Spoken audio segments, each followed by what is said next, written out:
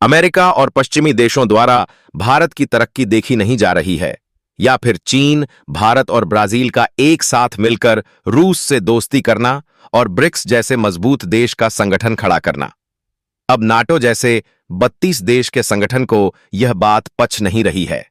जी हां दोस्तों, नाटो, जो कि दुनिया का सबसे ताकतवर सैन्य संगठन माना जाता है और इसे अमेरिका लीड करता है, इसी नाटो के जो चीफ है, उन्होंने भारत, चीन और ब्राजील का नाम लेकर खुले तौर पर धमकी दिया है कि अब इन तीनों देशों पर 100% का सेक्शंस लगाया जाएगा, क्योंकि यह तीनों देश रूस के साथ अच्छे संबंध बनाए हुए हैं और रूस से सामानों को खरीद रहे हैं, साथ ही रूस में सामानों को बेच भी रहे हैं।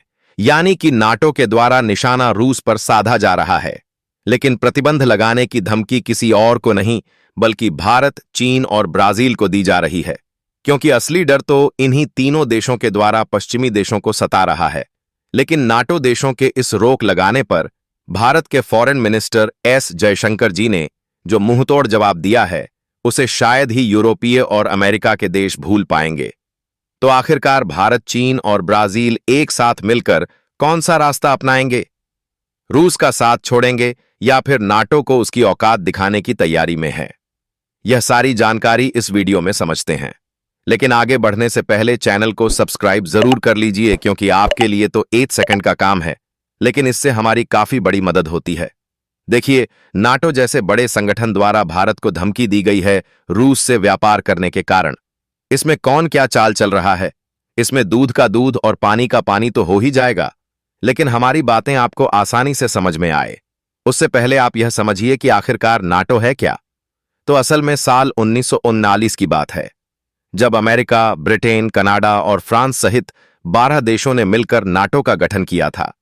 अमेरिका की अगुवाई में इसकी स्थापना संधि पर वॉशिंगटन डीसी के मेलन ऑडिटोरियम में हस्ताक्षर किए गए थे। इसका मकसद तत्कालीन सोवियत संघ की बढ़ती ताकत यानी यूरोप में विस्तार को रोकना था। नाटो की संधि में यह बात कही गई थी कि अगर इसके सदस्य देशों में किसी पर भी हमला होता है तो नाटो के सभी मेंबरों पर हमला माना जाएगा। ऐसे में नाटो देश उस दुश्मन के खिलाफ हमला बोल देंगे। यानी कि ऐसे में देखा जाए तो नाटो के पास अपनी कोई सेना नहीं है, लेकिन सदस्य देश संकट की स्थिति में सामूहिक सैन्य कार्रवाई कर सकते हैं। कहने का मतलब यह है, सदस्य देश मिलकर एक दूसरे की मदद करते हैं।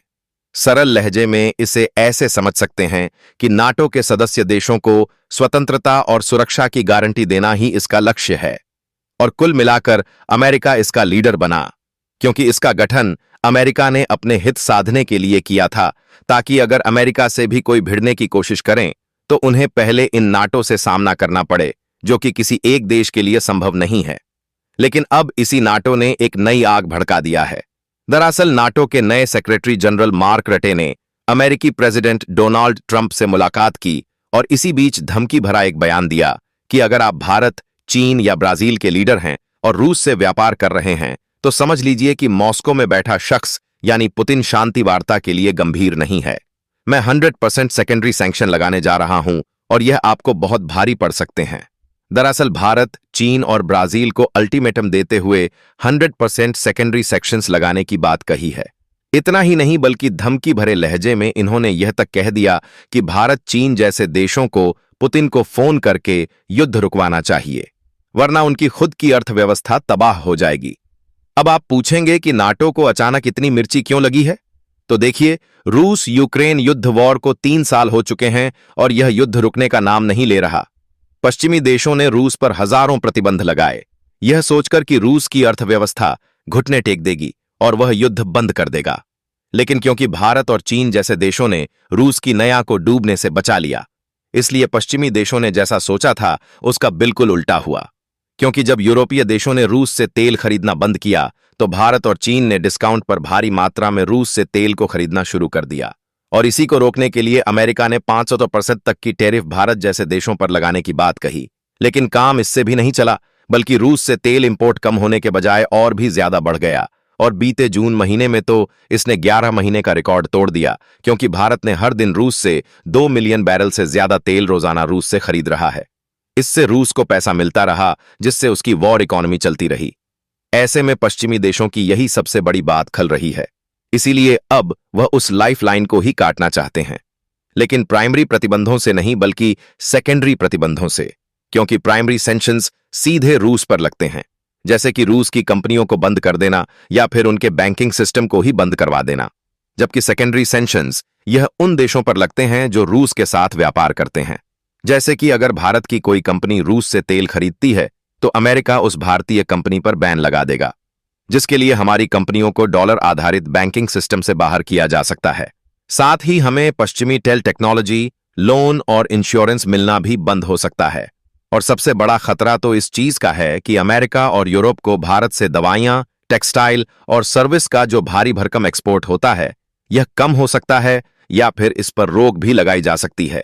यानी कि यह सवाल उठना लाजमी है कि क्या भारत को अमेरिका और रूस में से किसी एक को चुनना होगा, क्योंकि पश्चिमी देशों का दोगलापन इस तरीके से सामने आया है कि अब तक की जियोपॉलिटिक्स का यह सबसे बड़ा क्षण प्रतीत हो रहा है।